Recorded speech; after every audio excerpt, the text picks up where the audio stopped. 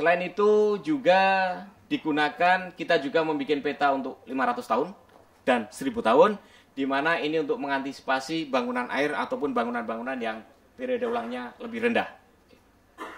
Yang perlu kami sampaikan bahwa gempa 2500 tahun ini tidak berarti bahwa terjadi setiap 2500 tahun. Tetapi hubungannya dengan probability, yaitu probabilitas kemungkinan terjadi, itu adalah 1/2500 setiap tahun. Ini sama dengan kalau kita naik pesawat, kemungkinan kegagalan atau jatuh pesawat itu adalah misalkan 1/1000. Tidak berarti bahwa kalau kita naik pesawat itu kita tidak tahu apakah jatuh yang di 1/1000 itu atau yang sisanya. Nah, inilah kalau kita bicara istilah statistik. Poin di sini adalah nilai tadi harus kita antisipasi. Kemudian apa yang kami kerjakan di dalam tahapan yang kami kerjakan, pertama adalah kami melakukan identifikasi sumber gempa. Seluruh Indonesia kami cek lokasi mana saja sumber gempa, bagaimana geometrinya, bagaimana mekanismenya. Kemudian setelah itu, setelah kita tahu sumber gempa, kita lakukan karakterisasi.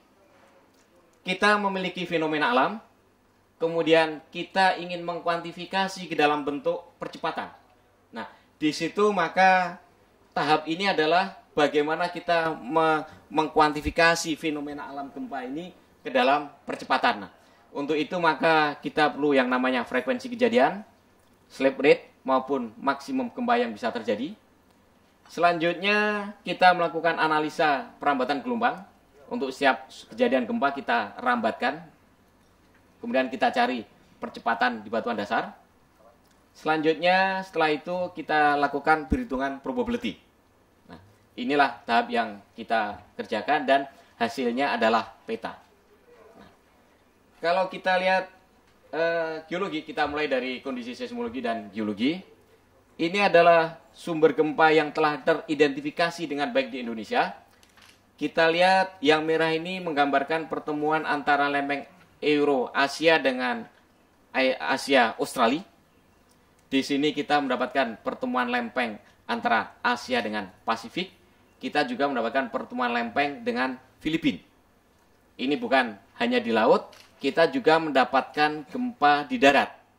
Sepanjang Sumatera dari utara sampai ke selatan. Di Jawa kita juga memiliki beberapa sumber gempa yang sudah teridentifikasi secara baik. Masih sangat banyak yang belum kita identifikasi. Kemudian di utara. Kemudian Sulawesi kita juga mendapatkan banyak sumber gempa. Irian pun hampir sebagian besar ini daerah sumber gempa. Jadi memang kita berada dalam daerah yang sangat rawan gempa. Singapura kita ekspor Pak, Singapura. Goncangannya saja. Kalau kemudian apa yang dikerjakan oleh tim kami, seperti dikerjakan oleh Pak Danielman, Pak Angkon, Pak Irwan tadi, setelah mengetahui sumber-sumber gempa ini, kemudian mencari literatur. Nah, setelah itu diplot satu-satu ke dalam peta SRTM, Pak. Ini dari peta foto udara. Ini beliau-beliau ini dengan melihat foto dari atas saja sudah mengetahui kira-kira disinilah sesar-sesarnya, Pak. Nah, untuk saya juga bingung, Pak, gimana bisa narik ini. Nah, jadi beliau-beliau ini memang ahlinya.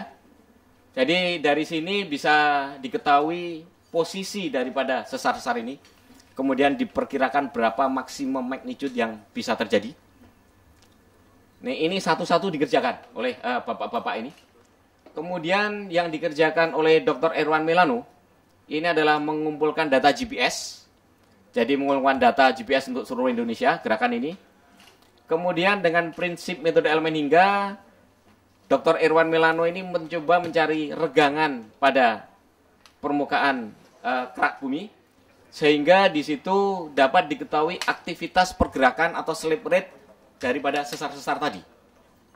Inilah yang misalkan yang dikerjakan oleh ini di sini. Nah, Pelabuhan Ratu.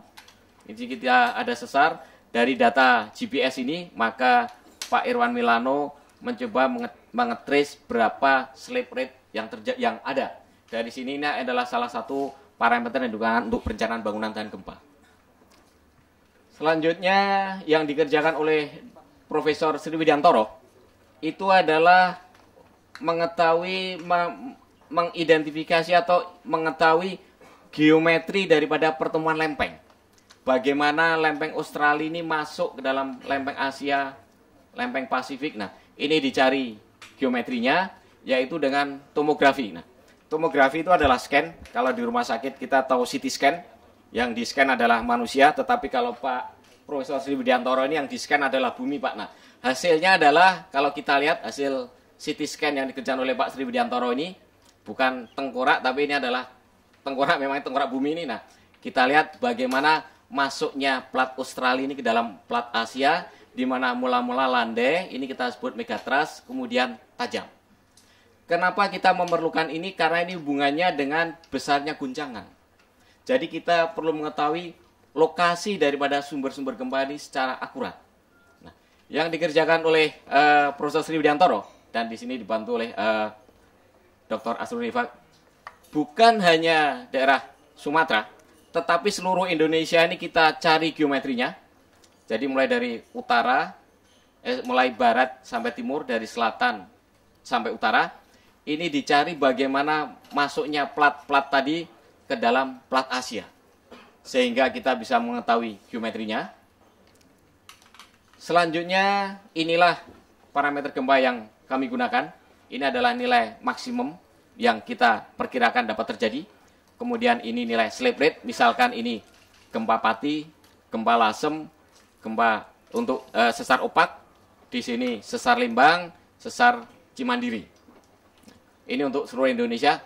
Jadi memang ini kerjaan yang banyak, Pak. Ini bukan sedikit, satu-satu ini diplototi oleh beliau-beliau. Saya ini kebetulan hanya komandan, Pak, jadi nyuruh-nyuruh aja ini. Kemudian selanjutnya juga mengumpulkan data epicenter kejadian. Jadi dikumpulkan dalam 100 tahun terakhir. Ini kita mengumpulkan data dari berbagai instansi, dari berbagai negara termasuk ini. Ini ada dari USGS, kemudian ada dari PDE, ada BCIS, ISS, kemudian ada ISC dan yang lainnya. Ada dari Eropa, ada dari Amerika. Kemudian mengumpulkan data dari AB, yang Richter. Kemudian jadi juga data ini kita kombinasikan dengan data dari BMG. Nah, kebetulan kami juga memiliki ahli dari BMG, Dr. Suharjono. Nah, ini ada juga Pak Fauzi. Nah, ini memang kita gabung, Pak, seluruh informasi ini. Nah, ini kalau kita lihat tadi kita sampaikan ada lebih dari 52.000 kejadian. Nah, ini hasilnya kalau muka ini nggak kelihatan mukanya karena ketutupan jerawat semua ini, Pak. Nah, ya inilah kondisi Indonesia. Ini fakta yang kita miliki, Pak. Jadi kita memang hidup di kondisi ini. Nah, akhirnya pada pilihan mau seperti Haiti atau mau Chili. Nah, kalau kita harus berada Chili, Pak, ya. Kemudian gempa-gempa ini kalau kita pilah-pilah lagi, maka masing-masing kejadian ini kita pilah-pilah lagi. Ini yang dikerjakan oleh mahasiswa program doktor, karena memang kita hanya bisa nyuruh mahasiswa, Pak, yang lain. Kalau ini satu-satu ini agak susah. Jadi dari masing-masing epicenter ini dicek apakah misalkan kita lihat ini daerah Sumatera, penampangnya seperti ini. Apakah masing-masing kejadian ini kita cek milik plat Australia?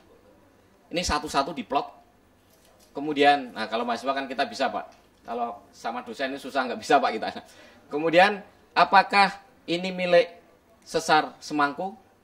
Atau ini adalah milik Benioff yang gempa-gempa dalam? Nah, ini diplot satu-satu masing-masing kejadian. Jadi memang ada ribuan data. Selanjutnya, yang juga menarik adalah setelah masing-masing data ini kelompokkan, ternyata masih banyak kejadian yang kita tidak tahu milik siapa. Nah, ini yang kita sebut dengan background.